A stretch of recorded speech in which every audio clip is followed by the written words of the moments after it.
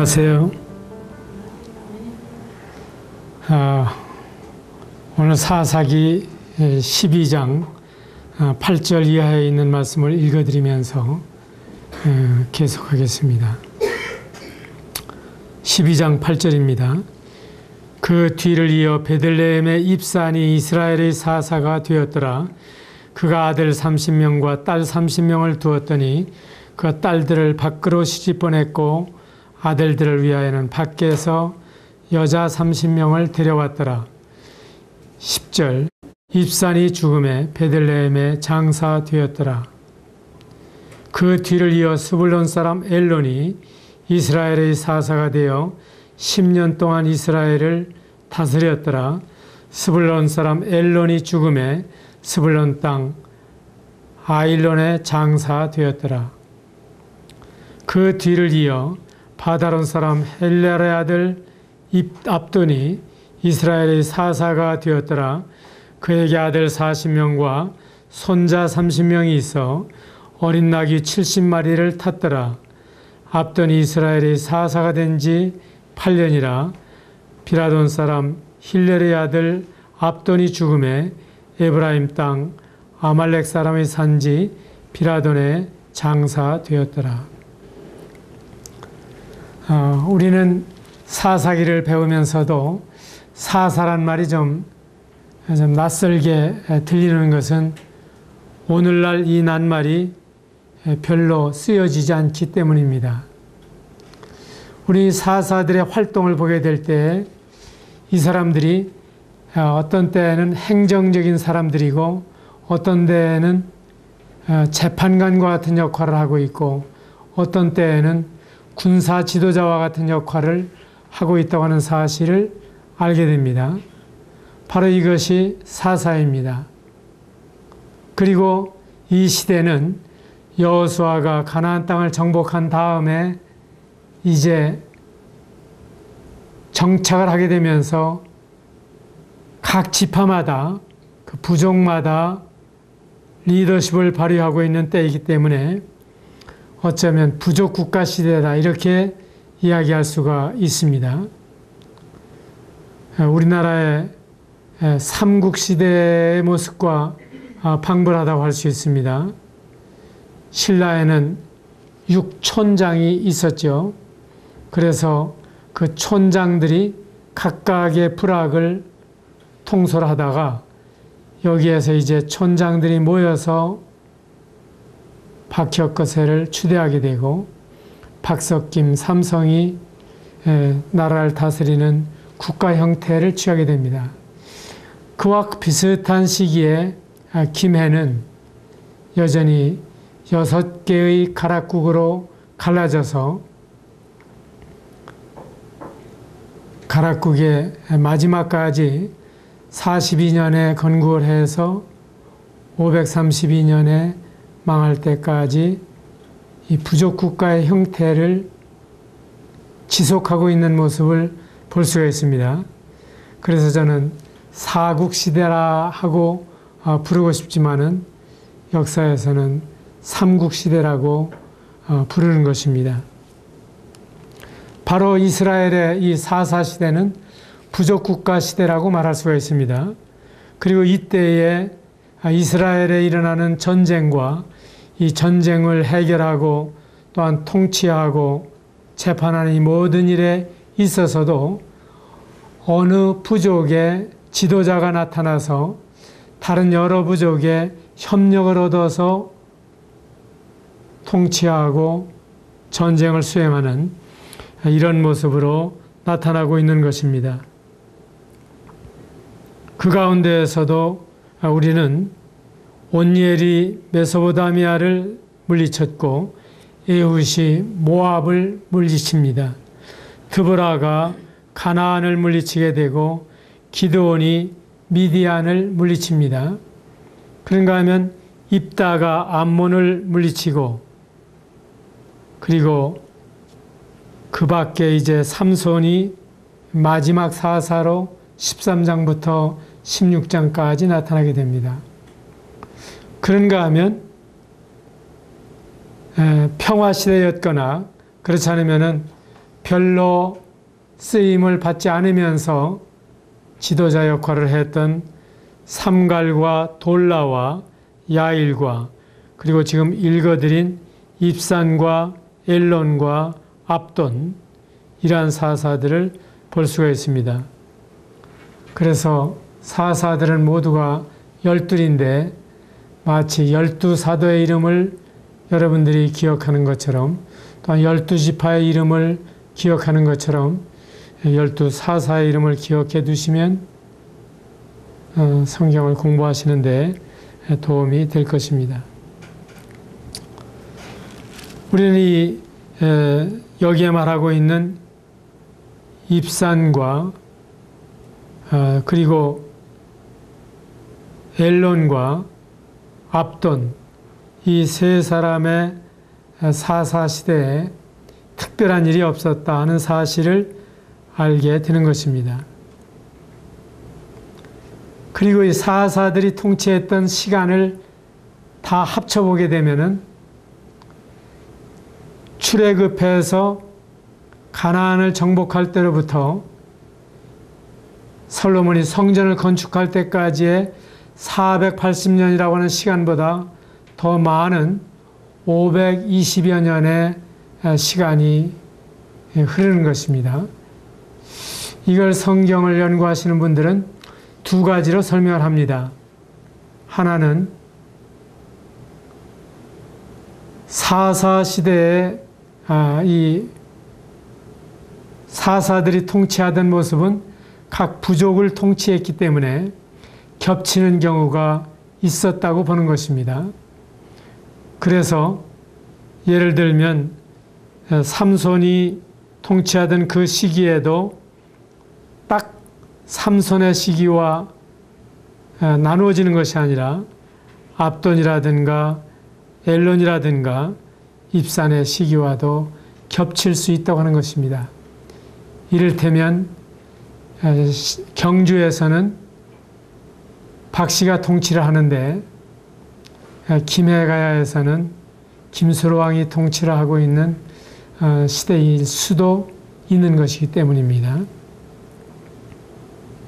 또 하나는 하나님께서 압제를 당한 년수를 계산하시지 않는다 하는 성경의 특별한 계산법을 적용하시는 분들도 있습니다.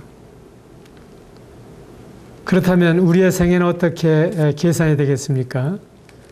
만일에 주님을 위해서 살은 연수가 70년의 생애 가운데 7년이었다면 아마 주님께는 7년만 계산되는 그런 생애일 수도 있다 하는 것입니다.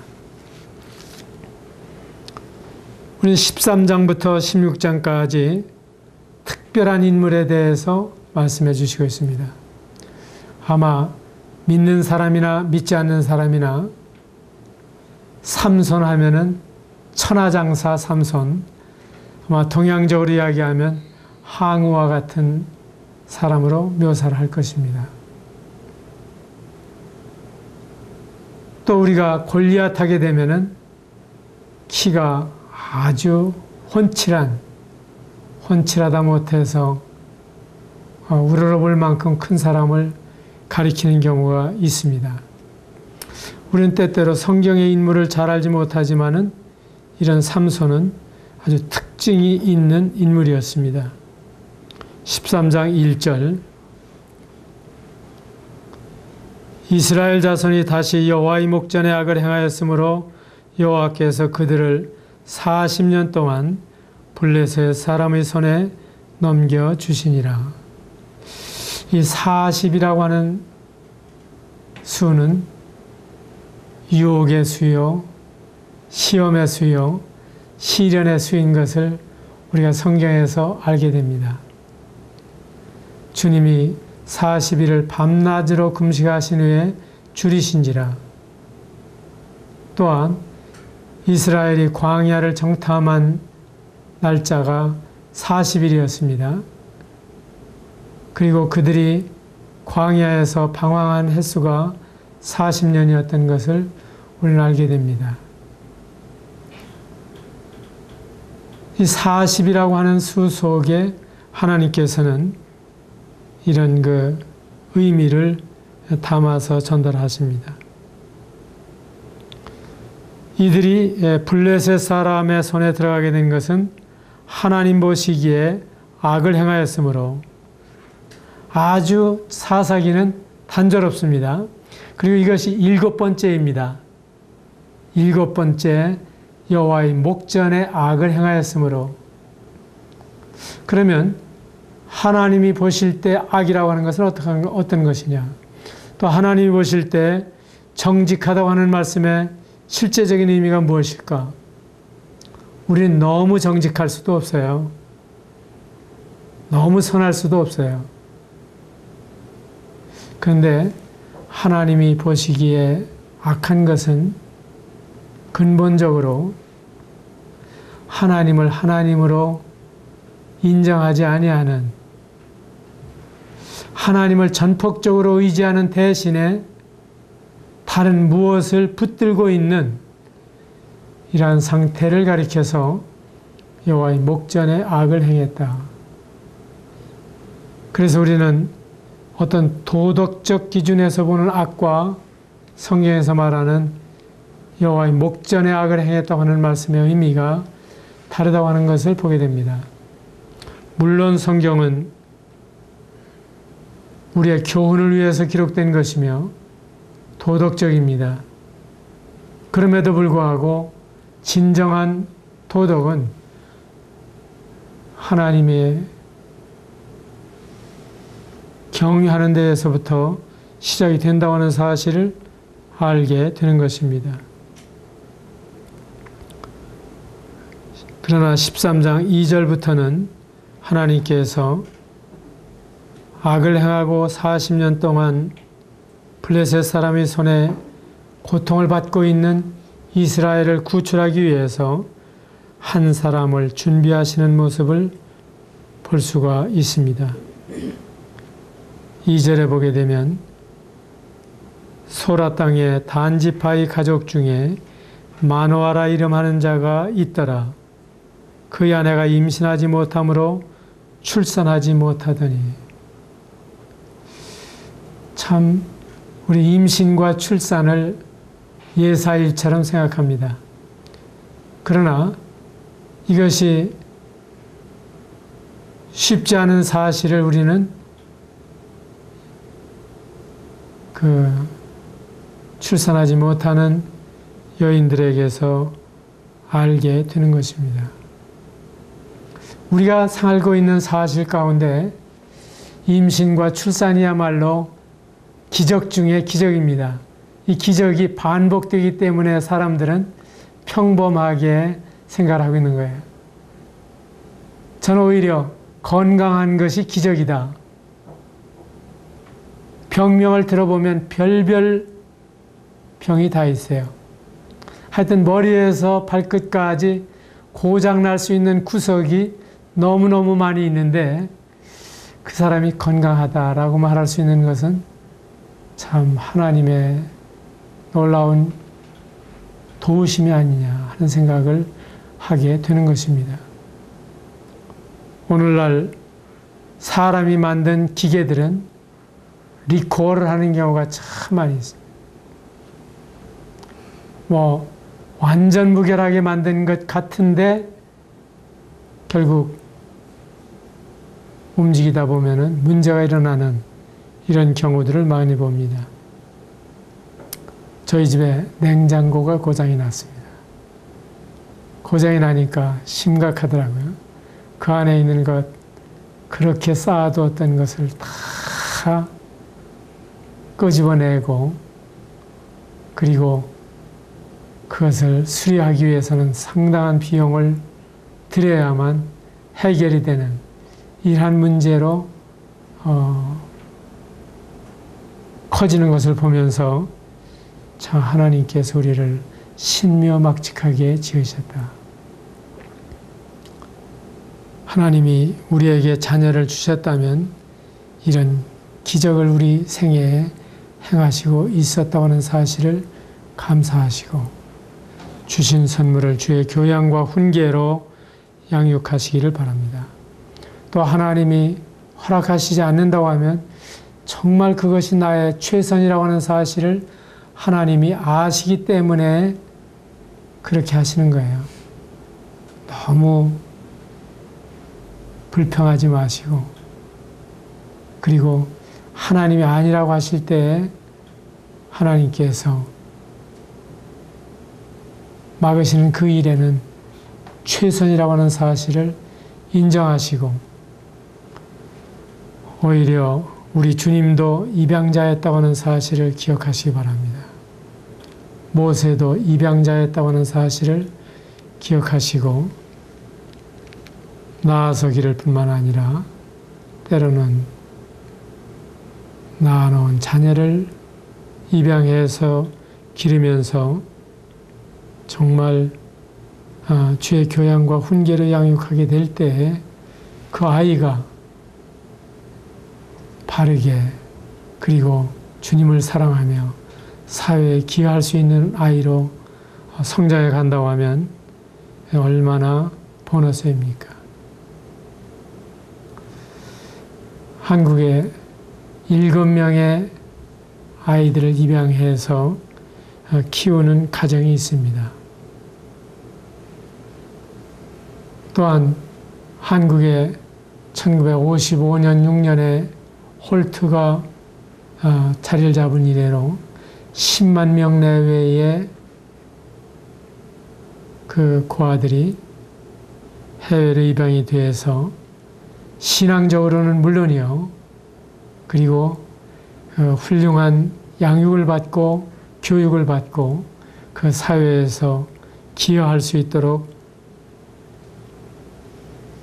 섭리하신 사실을 보게 될 때 우리는 자녀를 낳아서 기르는 것뿐만 아니라 또한 그 자녀를 입양해서 특별히 그리스도인의 가정이 잘 양육하는 것이야말로 복된 일입니다. 3절에 보게 되면 여호와의 사자가 그 여인에게 나타나서, 성경에 보면 여호와의 사자라고 하는 말씀이 종종 나오죠. 이 여호와의 사자가 누구일까? 때때로는 천사들을 가리킵니다. 심부름꾼이잖아요. 그런가 하면 때때로는 예수님이 육신으로 오시기 전에 이러한 모습으로 나타나셨던 사실을 자주 보게 되는 것입니다. 예를 들어서 창세기 21장에 하갈에게 나타나셔서, 그런가 하면 사사기 6장에는 기드온에게도 나타나셨죠. 이런 역사는 계속해서 주님이 오시기 전에도 구약 성도들에게 나타나시고 말씀하셨다고 하는 사실을 보여주시고 있는 것입니다.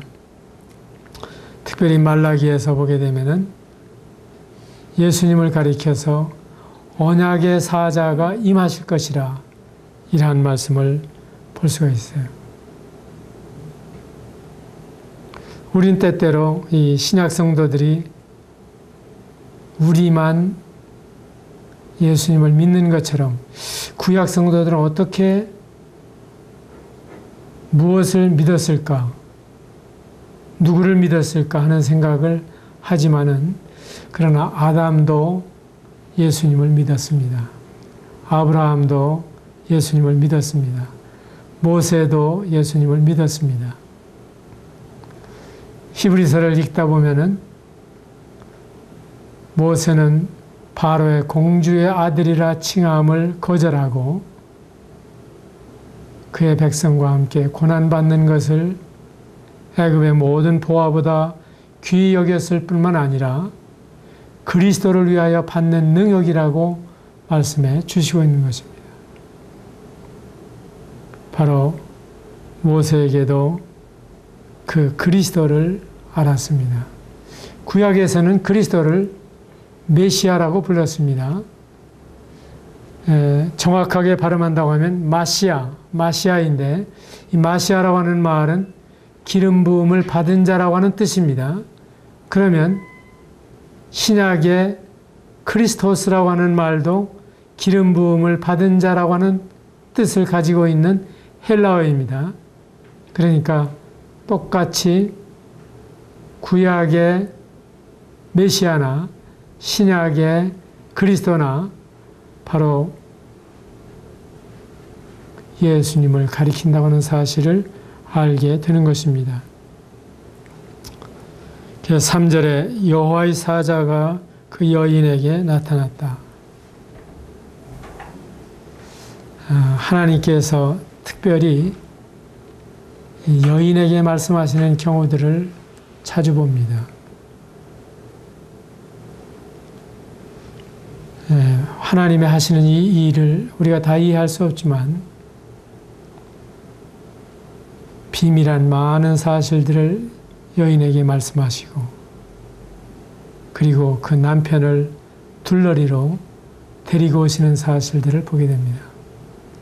이런 점에 있어서 참 하나님은 남녀를 평등하게 창조하시고 그리고 연암동등을 최초부터 말씀하시는 하나님이심을 알게 됩니다. 그 경건에 있어서나 은사에 있어서나 쓰임에 있어서 남녀의 차별이 없습니다.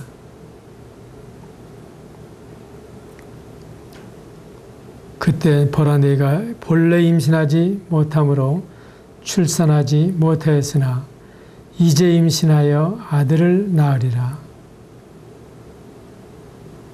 그래서 이 삼손을 나시린으로 기를 것을 말씀해 주시고 있습니다. 하나님께서는 하나님을 위해서 특별히 구별해 놓은 사람을 나시린이라 이렇게 부르고 있습니다.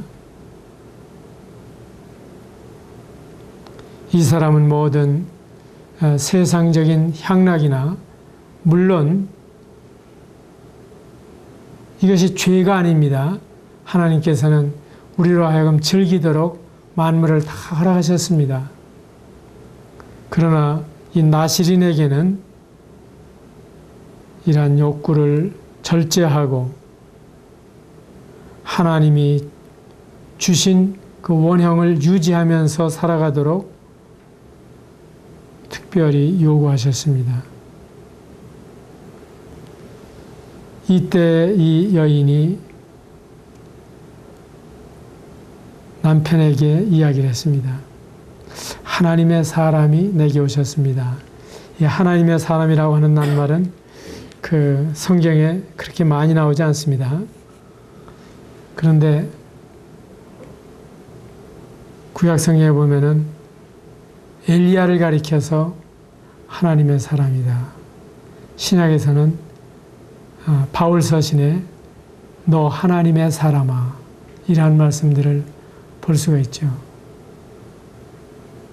정말 하나님을 닮은 사람 그리고 하나님께 속한 헌신된 사람을 가리킬 때에 이런 특별한 명칭을 사용하는 것 같습니다.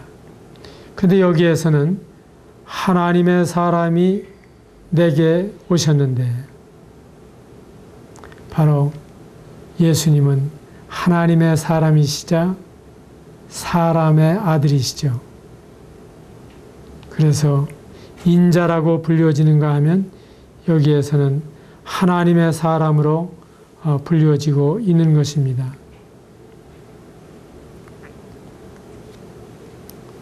그래서 이제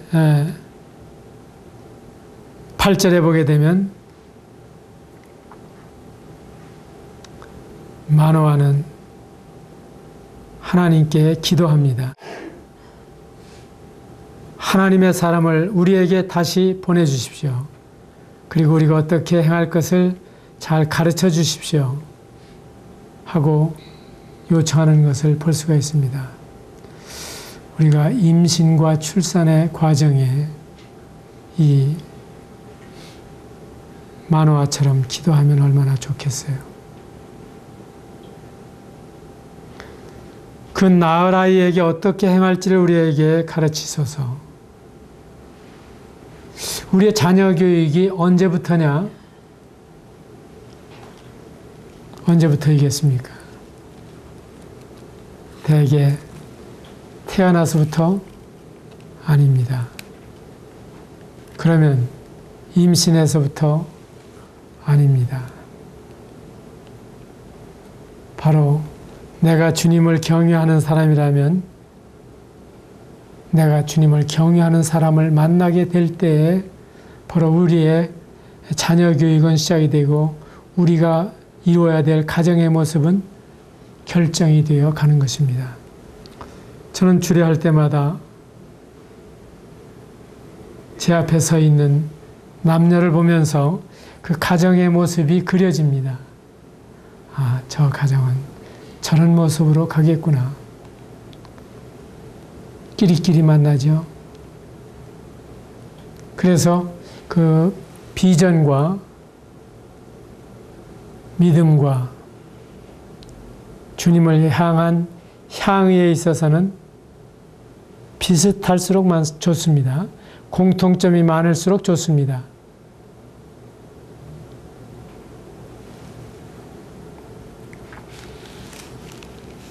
우리의 자녀들이 이러한 방법으로 양육을 한다고 하면 정말 주님의 도우심으로 또한 부모가 이렇게 주님을 구하는 가운데 주님이 주시는 지혜로 정말 주님을 사랑하고 지혜로운 이러한 자녀로 양육을 받지 않겠나 하는 생각을 하는 것입니다. 동서양을 막론하고 태교는 상당히 오래된 관행이었습니다. 연려전이라고 하는 책을 보게 되면은 이 후한의 유양이라고 하는 분이 편집한 책인데 이건 매울 열자 연려전이 아니라 여러 여인들에 대한 기록을 남긴 연려전입니다. 거기에 여인이 임신했을 때에 바른 자세를 가지고 바르게 걷고 바르게 앉고 그리고 바른 자세로 먹고 그리고 쉬거나 또 오래된 이와 같은 음식을 먹지 아니하고 깍두기를 썰어도 반듯반듯하게 썰고 이러한 단정한 자세로 그리고 그 아이에게 옛날 맹인들이 신호를 보내면서 집을 지나가게 되면은 불러들여서 시를 낭송하고 그렇게 했던 것 같습니다. 좋은 시를 들려주고 이렇게 하게 되면 그 아이가 준수하게 태어나고 지혜롭게 자란다고 하는 기록을 보게 됩니다. 또한 포은 정몽주 선생도 그 어머니의 훌륭한 태교가 있었다고 하는 기록을 보게 됩니다. 이러한 가운데 하나님께서는 그 요청을 물리치지 아니하시고 9절에 보게 되면 하나님이 마노아의 목소리를 들으시니라. 그래서 이제 마노아와 그 아내가 여기 아내의 이름은 밝혀지지 않습니다만은 바로 거듭거듭 이 지시하고 있는 사실을 볼 수가 있습니다. 이 사람은 도대체 우리에게 오신 이분의 이름을 누구라고 불러야 될까? 그랬을 때 18절에서 여호와의 사자가 그에게 이르되 어찌하여 내 이름을 묻느냐? 내 이름은 기묘자라 하니라. 어디에서 한번 읽은 듯한 말씀이 또 있죠? 이사야서에 보게 되면은 기묘자라 평강의 왕이라 할 것임이라. 이것을 영어 성경에서 보게 되면 원더풀이라. 참 하나님은 신비로우신 분이어서 우리 인생으로서는 다 이해할 수가 없는 것입니다. 하나님이 하시는 일도 이해할 수가 없는 것입니다. 우리는 너무 공식적으로 이 문제를 풀어가려고 합니다. 삼손을 봐도 그렇습니다. 삼손이 이처럼 나시린으로서 부르심을 받았는데 삼손이 살아가는 모습을 보면 나시린으로서는 빵점입니다. 너무 거리가 멀어요. 그럼에도 불구하고 여전히 하나님께서 이 삼손을 붙들고 사용하시는 모습을 볼 수가 있습니다. 자, 하나님은 기묘하신 분이십니다. 놀라우신 분이십니다. 우리가 다 이해할 수 없는 분이십니다. 우린 때때로 왜 나처럼 얌전하고 착하고 침착하고 훌륭한 사람을 쓰지 아니하시고 저 사람을 쓰십니까? 하고 항의하고 싶은 때는 없으십니까?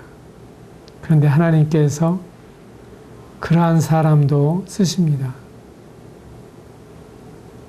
그리고 그 나라에 가게 되면은 그 모든 일에 대해서 하나님이 공정하게 성도는 성도대로 믿지 않는 사람 믿지 않는 사람들대로 보응하시고 보상하겠지만은 삼손을 쓰시는 하나님은 우리가 부족하고 우리가 연약하고 때때는 우리가 잘못돼 있을 때에도 그의 말씀이 높임을 받으셔야 되고 그리고 그걸 통해서 하나님의 살아계심과 하나님의 전능하심과 하나님의 공의와 하나님의 자비가 드러나야 하기 때문에 여전히 그 모든 인물들을 교과서로 사용하시는 것을 볼 수가 있습니다. 이제 14장에 보게 되면은 이 삼손의 사건이 일어납니다. 14장에 들어가기 전에 13장 24절에 그 이름을 삼손이라 하니라. 삼손이라고 하는 이름이 무슨 뜻인지 아십니까? 이름을 여러분들이 잘 아시게 되면 히브리어를 상당히 이해하시는 데 도움이 됩니다.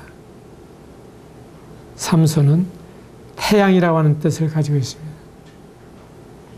떠오르는 태양처럼 이스라엘의 희망이요 이스라엘을 구출하는 구원자로서 부르심을 받은 것입니다. 그 다음에 이제 삼손을 쓰신 하나님의 비결을 볼 수가 있는데 25절에 보게 되면 여호와의 영이 그를 움직이기 시작하셨더라. 하나님의 영이 그를 주장하시고 그를 인도하시고 그를 사용하심으로 말미암아 14장 이후의 사건이 일어나게 되는 것입니다. 우리가 13장 25절에서 여호와의 영이라고 하는 말씀을 보게 되죠. 또 14장 6절에서 여호와의 영이 삼손에게 강하게 임했다는 말씀을 보게 되죠. 또 19절에 보게 되면은 여호와의 영이 삼손에게 갑자기 임하셨다 하는 말씀을 보게 됩니다. 아마 이후에도 있을 텐데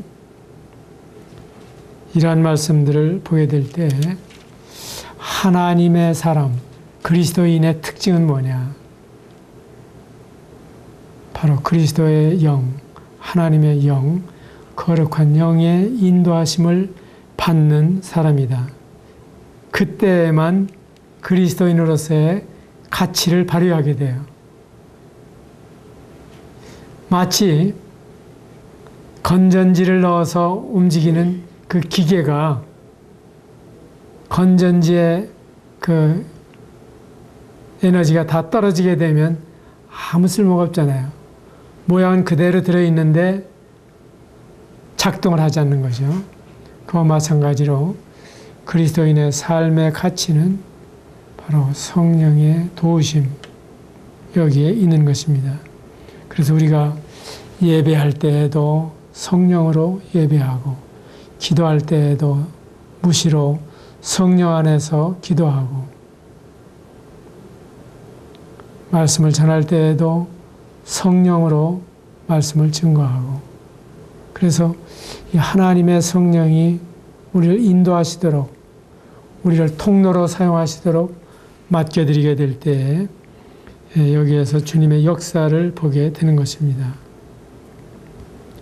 14장에 블레셋 여인을 사랑합니다. 그야말로 적과의 동침이죠. 이런 사건이 일어나면서 삼손의 간증은 만신창이가 되어버립니다. 그 옛날에는 그 장가간다고 그랬죠. 그래서 신랑이 그 아내의 집으로 찾아갑니다. 그리고 고구려 때나 이럴 때에는 첫 아이를 낳기까지 서옥이라고 하는 그 사위의 집이죠. 사위의 집을 하나 만들어주고 거기에서 머물다가 아이를 낳고 그 후에 본가로 돌아오는 이러한 풍속이 있었습니다. 그래서 여자도 시집을 가는 것이요, 남자도 장가를 가는 것입니다. 이러한 풍속으로 지금 여기에 이 블레셋 여인에게로 들어갑니다. 그런데 4절에 보게 되면 그의 부모는 이 일이 여호와께로부터 나온 것인 줄은 알지 못하였더라.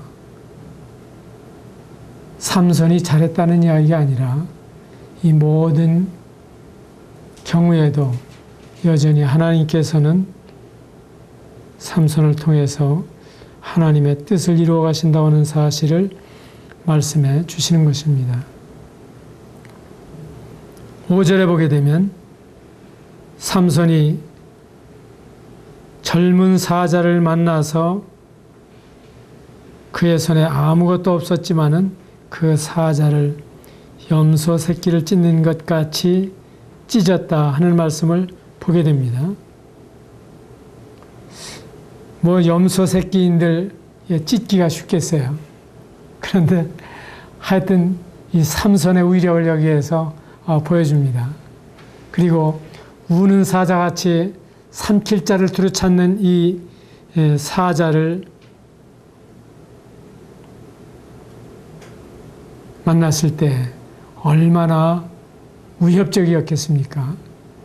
그러나 하나님께서는 이 사자를 찢어 죽이도록 삼손을 격려하셨습니다. 우리는 때때로 사단이 우는 사자와 같이 삼킬 자를 두루 찾으며 헤매는 모습을 보게 됩니다. 우리가 영적 전쟁 가운데 있다고 하는 사실을 실감하지 못하는 경우가 너무 많아요. 그냥 자꾸 깨면 그날이 그날이거니 하고 살아가지만은, 그러나 그럴 때에는 사단도 지붕 위에서 낮잠을 자지만, 그러나 우리가 사단을 대적하고 이제 주님의 말씀대로 성령의 인도하심을 따라 살고자 할 때에는 이 사단도 강력하게 반발하는 것입니다. 그리고 사단의 모든 권모술수를 동원해서 이 성도의 간증을 무너뜨리고 그리고 주님의 일을 방해하려고 하는 것입니다. 그래서 이러할 때 우리가 이 사단을 대적하라. 그리하면 피하리라. 하나님께서는 이러한 원리를 우리에게 주신 것입니다. 다음 시간에 또 말씀드리죠. 감사합니다.